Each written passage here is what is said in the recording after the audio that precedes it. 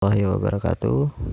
Selamat pagi, siang, sore. Perkenalkan, nama saya Hafiz Iza Mufid Asidiki dengan NIM 1303183044 dari kelas IT 4203 dengan dosen Pak Gede Agung Ari Wisudiawan untuk mata kuliah basis data lanjut dari Fakultas Informatika Universitas Telkom.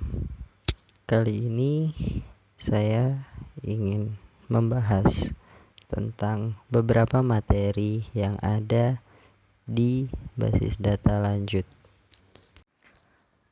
Materi kali ini yang akan saya sampaikan adalah mengenai Query Execution Plan atau yang biasa disebut dengan QEP. Nah, Query Execution Plan itu apa? Itu sebuah urutan operasi primitif yang dapat digunakan untuk mengevaluasi query. Nah, hal itu biasanya disebut dengan Query Execution Plan atau Query Evaluation Plan. Nah, rencana evaluasi yang berbeda untuk permintaan tertentu itu biasanya memiliki biaya yang berbeda. Biaya tersebut itu biasa dioptimalisasi di query optimization. Nah, itu merupakan sebuah tanggung jawab untuk membangun sebuah rencana evaluasi query yang meminimalkan biaya evaluasi query. Nah, tugas ini disebut dengan query optimization yang seperti saya sebutkan barusan. Tugas dari query optimization ini untuk meminimalisirkan biaya yang diterima akibat adanya sebuah eksekusi atau sebuah perintah query. Dengan begitu, nilai yang didapat oleh query tersebut itu tidak terlalu besar. Nah, ini merupakan contoh dari QEP untuk operasi selection.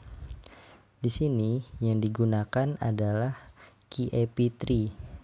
Kenapa? Karena bentuknya itu seperti pohon apabila banyak sekali operasi yang dilakukan.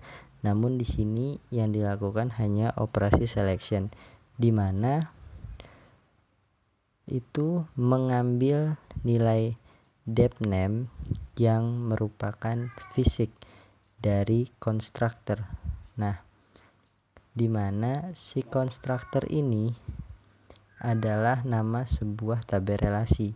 Jadi, tabel relasi ditempatkan paling bawah karena membacanya itu secara dari bawah ke atas. Nah, seperti itu. Jadi, membacanya itu dari instructor diambil depth name yang namanya itu fisik. Seperti itu. Terus ini merupakan contoh dari QEP tree yang melakukan projection dan selection, di mana select salary from instructor where salary kurang dari 75.000. Nah, dari instructor ini diambil salary itu kurang dari 75.000, di mana yang diselect itu adalah salary. Nah, selanjutnya itu adalah contoh untuk union, di mana union itu kan gunanya untuk menggabungkan. Jadi di sini ada section dan section juga. Lalu di ujungnya mereka digabungkan karena pada query yang di atas ini course ID yang atas dan di bawah itu digabungkan. Lalu ini merupakan contoh untuk set difference, sama seperti yang union.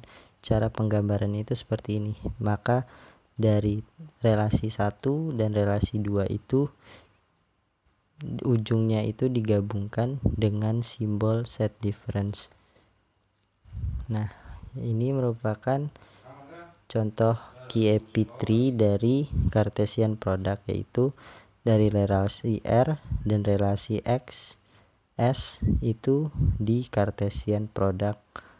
Nah, kenapa tidak ada atribut-atributnya? Karena pada Cartesian product itu mengambil nilai-nilai yang tidak ada di satu sama lain tabel. Nah, ini merupakan contoh QAP dari rename, dimana pada rename itu lambangnya merupakan row. Jadi dari country rename jadi nation, seperti itu. Nah, ini merupakan contoh QAP. Ini bukan Cartesian product, namun ini adalah salah satu contoh QAP lain yang lebih kompleks, di mana ini merupakan query-nya dan ini adalah QAP tree tersebut. Nah, selanjutnya adalah QAP equivalent operation, di mana mengevaluasi query bagian per bagian secara berurutan. Nah, ada dua. Yang pertama itu adalah materialisasi, yaitu menampung hasil operasi menggunakan tabel temporer atau dimaterialkan, yang kemudian digunakan untuk evaluasi level berikutnya. Yang kedua itu ada yang namanya pipeline, mengganti tabel temporer dengan suatu pipeline operasi atau berupa buffer. Itu penggunaan pipeline itu akan menghilangkan biaya pembacaan dan penulisan dari tabel-tabel temporer. Lalu tugas query optimizer itu untuk mencari alternatif query dalam rangka mendapatkan ekspresi query yang paling murah biayanya. Langkah-langkah untuk menghasilkan rencana query adalah pertama, membuat ekspresi query yang secara logik dan dengan ekspresi awal. Terus menghitung biaya ekspresi alternatif tersebut, lalu dilakukan secara berulang kali karena bisa terdapat lebih dari satu alternatif ekspresi query dari sebuah ekspresi awal. Dengan begitu masih ada nilai-nilai yang lebih efisien. Seperti itu. Lalu optimizer query itu dapat memanfaatkan aturan ekuivalen yang menentukan bagaimana mentransformasikan sebuah ekspresi ke dalam ekspresi lain. Nah, yang pertama itu adalah operasi selection, yaitu prosesnya jalankan operasi seleksi seawal mungkin, lalu mengubah operasi selection dari yang awalnya seperti ini menjadi seperti ini. Lalu setelah itu operasi natural join itu berfungsi untuk mereduksi ukuran hasil temporer dengan memilih urutan operasi join yang optimal.